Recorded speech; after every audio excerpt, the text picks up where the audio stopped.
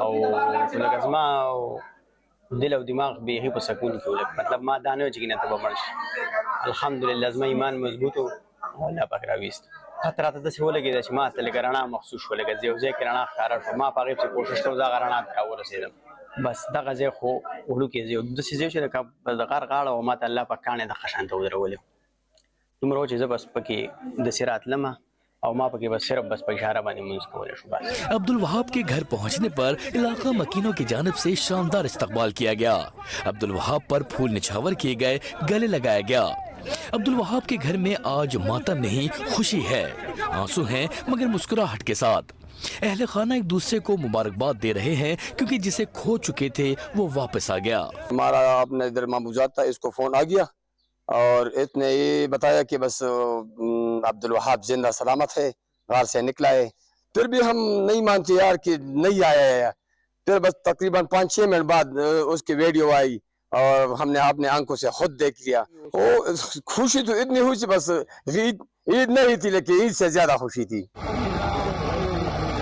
Rescue حکام کے مطابق یہ ایک انتہائی مشکل اور طویل آپریشن تھا، جہاں ہر گزرتا لمحہ امید کو کمزور کر رہا تھا۔ لاپتہ شخص ہیبر نامی شخص کے لیے 17 روز تک آپریشن جاری تھا، لیکن معجزانہ طور پر جب زندہ سلامت ایک شخص کو نکالا گیا تو قریبی رشتہ داروں کے مطابق اس کی شناخت عبد الوہاب کے نام سے ہوئی۔ مگر یہ کہانی صرف خوشی کی نہیں، اسی ملبے تلے ایک اور گھر کی امیدیں بھی دفن ہو گئیں۔ جس شخص کی تلاش جاری تھی وہ دراصل خیبر تھا۔ اس کے گھر والے اپنے پیارے کے انتظار میں تھے، مگر ملبے سے عبد الوہاب نکلا اور یہ انکشاف ہوا کہ جس مسخ شدہ لاش کی تدفین ہو چکی وہ خیبر کی تھی۔